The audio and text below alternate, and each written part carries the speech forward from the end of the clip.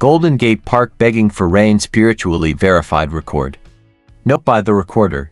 San Francisco and its vicinity, about hundreds of miles, suffered a severe water shortage because it had not rained for more than 2 years. Not only was the farmland unable to be cultivated, but even drinking water became a problem, so the water was limited every day, which was very inconvenient. All the monastics and lay people of the Jinshan temple spontaneously made up their minds to pray for rain and practice the Bodhisattva's path. On the morning of February 16, 1977, at 7 o'clock, they set up an altar to pray for rain in the open space of Golden Gate Park in San Francisco, with Master Heng Shai as the representative, and there were hundreds of participants, reciting the prayer for rain spiritual mantra. The Dharma assembly was solemn and grand, and it was the first time in the history of the United States. Those who do not have the belief in Buddhism think that this is superstition and it is impossible. At 7 o'clock in the evening, the prayer for rain Dharma assembly ended, and everyone returned with full confidence, believing that the prayer would definitely bring rain. As the saying goes, where there is a will, there is a way.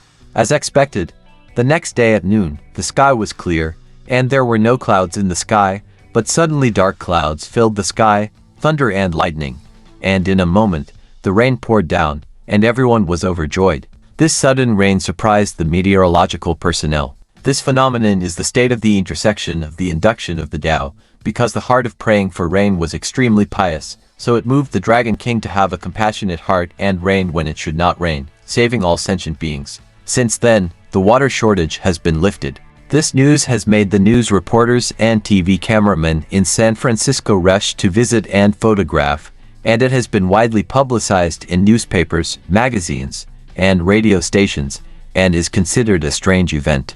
Editor's note: although the master did not personally attend the scene, he has always been in the Taoist temple to bless this Buddhist event. Taming of the wild donkeys. I recall a year when numerous groups of wild donkeys, causing damage to crops and eating the grass meant for horses, were targeted by the government for aerial culling using helicopters. Upon learning of this, someone suggested, "That's not right, let's go save them." The city of 10,000 Buddhas is so vast and has so much grass. Consequently, a few donkeys were brought in for release. On the day of the release, 2 monks, a Dharma Master, and a donkey were at an impasse. It turned out that the donkey simply refused to budge. The time for the release ceremony was approaching, yet the donkey remained motionless. The 3 individuals tried with all their might.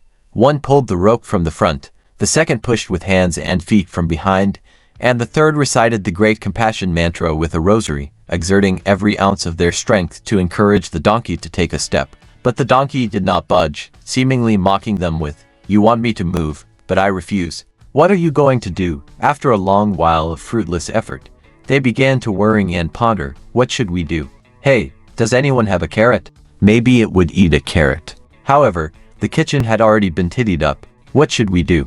Let's call someone who might have the ability to guide the donkey to the Buddha hall." The master alighted from the vehicle without uttering a word, walked straight to the donkey, and began to speak softly into its large ear while stroking its head. We could not hear what was being said. Suddenly, the donkey's forelegs leapt up, and it followed the master like a little dog. Since it was time for the ceremony, everyone was waiting in the 10,000 Buddhas hall. The master quickly made his way to the main hall, with the donkey following docilely behind, much like a well-trained horse at home. The 3 individuals watched in astonishment as the donkey walked beside the master. Once they reached the entrance of the hall, everyone came out to perform the release ceremony, and then the donkey was led to graze in the back and settle in. We couldn't help but wonder, how did master do it? It's so magical. Does he speak donkey language? It seems like it. This was truly a very, very wondrous event. Master Xuanhua enables a mute girl to speak. In the winter of 1981, the Dharma Realm Buddhist Association and the Dharma Realm Buddhist University, consisting of more than 10 monastic and lay members, made their second visit to various regions in Asia. From December 23rd to 25th, the group propagated the Dharma in Kuala Lumpur, the capital of Malaysia. On the morning of December 24th, a middle-aged female lay follower brought her daughter to the Malaysian Buddhist Association's Buddhist building to pay respects to the master. The girl, around 23 or 4 years old, was very good-looking, but according to her mother, had been deaf and mute since the age of 2. Master Xuanhua observed the conditions of their past karma and knew that her good roots were ripe. With the sincere merit of the attendees at that night's Dharma assembly, they could help her eliminate karmic obstacles. So he asked the mother and daughter to wait quietly. In the evening, after the master had finished instructing the believers, he had the mute girl, Xuanhua, brought onto the stage. In front of thousands of onlookers, the master placed a white handkerchief on her throat and concentrated on bestowing blessings upon the deaf and mute girl. 2 or 3 of us, including the lay follower Yang Guoxin, were teaching the girl to recite Namo Guanyin Bodhisattva. At first, her response was slow, and her expression was dull, which was due to her complete loss of hearing at the age of 2.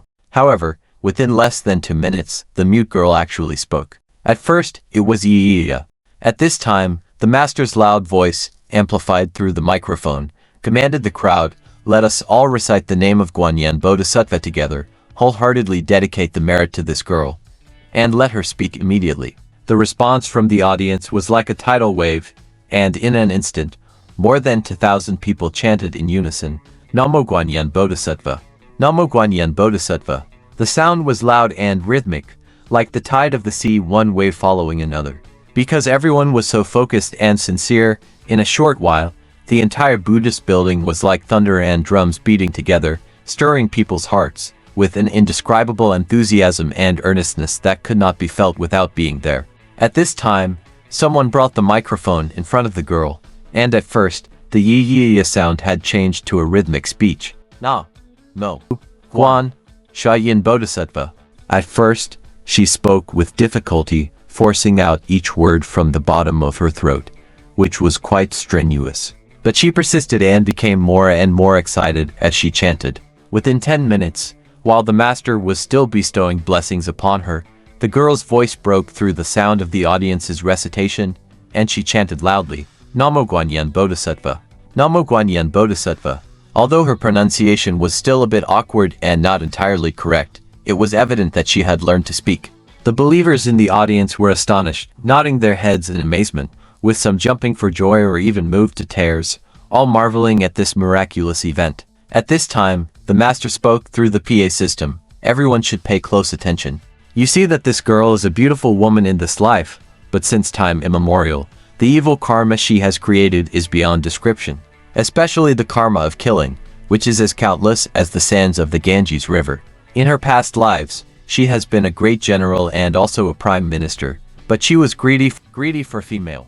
And when handling cases, she was particularly fond of cruel punishments. For war criminals and prisoners, she inflicted extremely brutal punishments. Her favorite was to hang criminals upside down, that is, to hang them by chains from the ceiling. Strangling convicts to death. In addition to the karma of denigrating and slandering the 3 jewels and cursing monastics in past lives, she is mute in this life. From her example, everyone should realize how severe the karmic retribution is, not the slightest bit off. So, everyone should not casually commit the karma of killing, stealing, sexual misconduct, lying, or drinking alcohol, or lightly slander the 3 jewels and curse monastics. To return to the topic, this person had some connection with me in past lives, and her good roots have not been severed. So in this life, when the conditions are ripe, she can be blessed by the 3 jewels of the 10 directions and eliminate her karmic obstacles. The audience all suddenly realized something, just as it is said.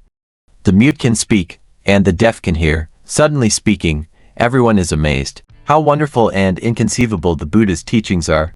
Good men and women follow the teachings and act. Next was a brief conversion ceremony. Xuanhua and her mother also knelt down to take refuge. The master then admonished everyone. The karmic obstacles created by this girl in her past lives are as high as Mount Sumeru. This is similar to the Warring States period, when the Qin general Baiqiu was brave and good at fighting. Once, he fought with Zhao, and Zhao's army was defeated and surrendered.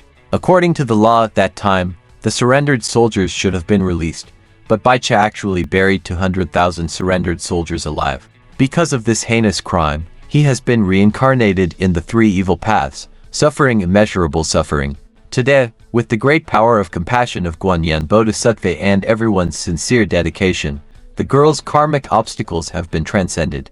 If she lives a good life from now on, has faith in the 3 jewels, and will surely be able to regain her ability to speak in the future.